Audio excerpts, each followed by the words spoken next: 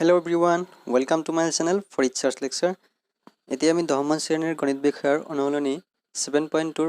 5 number কোৱেশ্চনটো চাম আৰু কোৱেশ্চনটো আছে এনেকুৱা ধৰণৰ যে 1 1 - 5 আৰু b - 4 বিন্দু সংযোগী ৰেখাখণ্ডক x অক্ষই কি অনুপাতত ছেদ কৰিব নিৰ্ণয় কৰা লগতে ছেদ বিন্দুটোৰ স্থানাংক উলিওৱা তাৰমানে দুটা বিন্দু দিয়া আছে a আৰু b এই বিন্দু সংযোগী ৰেখাখণ্ডক x অক্ষই কি অনুপাতত ছেদ কৰিব অৰ্থাৎ কি অনুপাতত ভাগ কৰিব তাক আমাক নিৰ্ণয় কৰিব দিছে আৰু লগতে যি বিন্দুত ছেদ কৰিব সেই বিন্দুটোৰ স্থানাংক আমাক উলিয়াব লাগে এটা বুজাৰ কাৰণে মই এটা সমতল লৈছো সোৱা এইটো এটা সমতল x o x dash y o y dash এতিয়া যদি আমি বিন্দুটো বহাই দিও a 1 - 5 আৰু b - 4 5 এটো হ'ব ইয়াত 1 - 4 5 আৰু b টো হ'ব b - 4 5 এতিয়া যদি আমি a আৰু b সংযোগ কৰি দিও তেনেহলে কি সোৱা x অক্ষত এটা বিন্দুত ছেদ কৰিছে এই বিন্দুটোত ছেদ কৰিছে আৰু বিন্দুটোৰ নাম দিছো আমি p বিন্দুটোৰ নাম p দিছো আৰু ধৰিছো যে ab ৰেখাখণ্ডক p বিন্দুৱে কি অনুপাতত ভাগ কৰিছে 1 k:1 অনুপাতত কি কৰিছে ভাগ কৰিছে ইয়াৰ পৰা আমাক কি কৰিব লাগে অনুপাতটো নিৰ্ণয় কৰিব লাগে লগতে p বিন্দুটোৰ স্থানাংক নিৰ্ণয় কৰিব লাগে এতিয়া চাও কেনেকৈ নিৰ্ণয় কৰো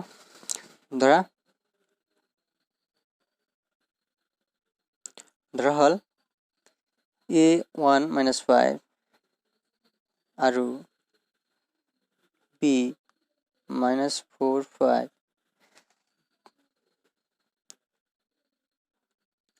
বিন্দু সংযোগী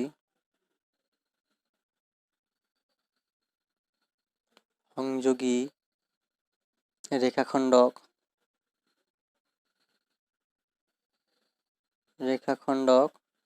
x অক্ষই সোৱা যদি এটা ৰেখাই কি কৰে x অক্ষত ছেদ কৰে তেনেহলে তাৰ y স্থানাংক কি হ'ব 0 হ'ব গতিকে বিন্দুটো কি হ'ব বিন্দুটোৰ স্থানাংক হ'ব x 0 এটা আমি ধৰিলাম এতিয়া যে a আৰু b বিন্দু সংযোগী ৰেখাখণ্ডক x অক্ষই p ধৰিলো তাৰ স্থানাংক কি হ'ব x 0 যেটো y স্থানাংক শূন্য হ'ব এটো লিখা যে p x 0 বিন্দুটোৱে কি কৰিছে x অক্ষই p x 0 বিন্দুটোৱে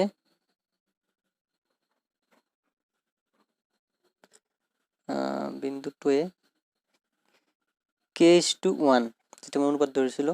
k:1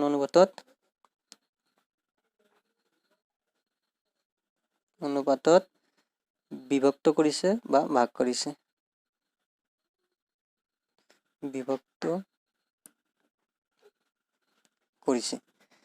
এতিয়া সোৱা যদি আমি বিভাজন সূত্ৰ প্ৰয়োগ কৰো তে লিখা ইয়াৰ পৰা যে গতিকে বিভাজন সূত্ৰ কি আছিল আমাৰ p xy = mx2 plus n x1 divided by plus n এটা কমা দিয়া আৰু কি আছিল যে my2 plus ny1 divided by m plus n এটা আছিল বিভাজন সূত্ৰৰ তাৰ পৰা আমি কি পাম লিখাইটো তাৰ পৰা পাও যে তোমাৰ বিন্দুটোত কি দিয়া আছে p x 0 আৰু ইয়াৰ পৰা আমি কি লিখিব পাৰিম যে 0 = my2 plus ny1 divided by m plus n আৰু x কি লিখিব পাৰিম যে mx2 plus n x1 divided by m plus n গতিকে ইয়াৰ পৰা আমি কি লিখিম যে 0 m ইয়াত কিমান k into y2 কিমান আছে সোৱা y2 আছে 5 minus n আছে 1 into তারপর কি আছে y1 আছে কি -5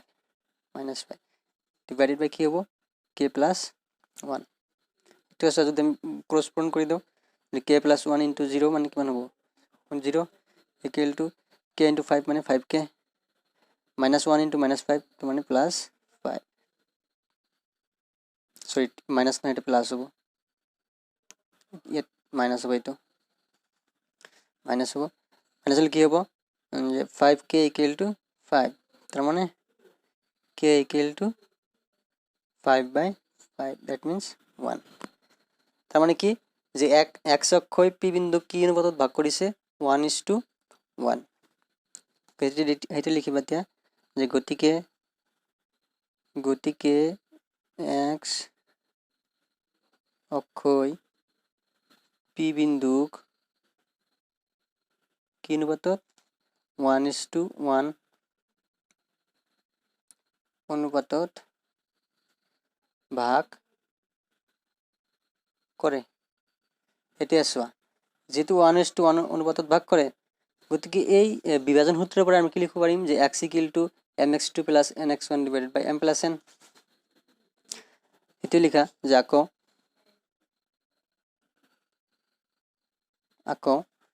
x = কি হ'ব যে mx2 + nx1 / m + n m কিমান আছে আমাৰ ইয়াত চোৱা 1:1 অনুপাতত ভাগ কৰিছে তাহলে m হ'ব 1 into x2 কিমান আছে -4 plus n আছে কিমান 1 into x1 কিমান আছে 1 so x1 আছে 1 m plus n মানে 1 plus 1 এতিয়া চোৱা 1 into -4 মানে -4 plus 1 into 1 মানে 1 divided by 2 -4 plus 1 মানে -3 divided by 2 তার মানে x equal to কিমান হল আমার 3/-3/2 গতিকে আমার যেটো বিন্দু আছিল px 0 তাহলে তার স্থানাঙ্ক কি হবো p x এর ঠাইত কি হবো -3/2 আৰু 0 গতিকে এটো লিখা এতিয়া যে গতিকে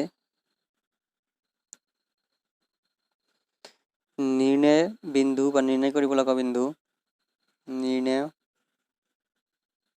বিন্দু p স্থানাঙ্ক হব কিমান যে p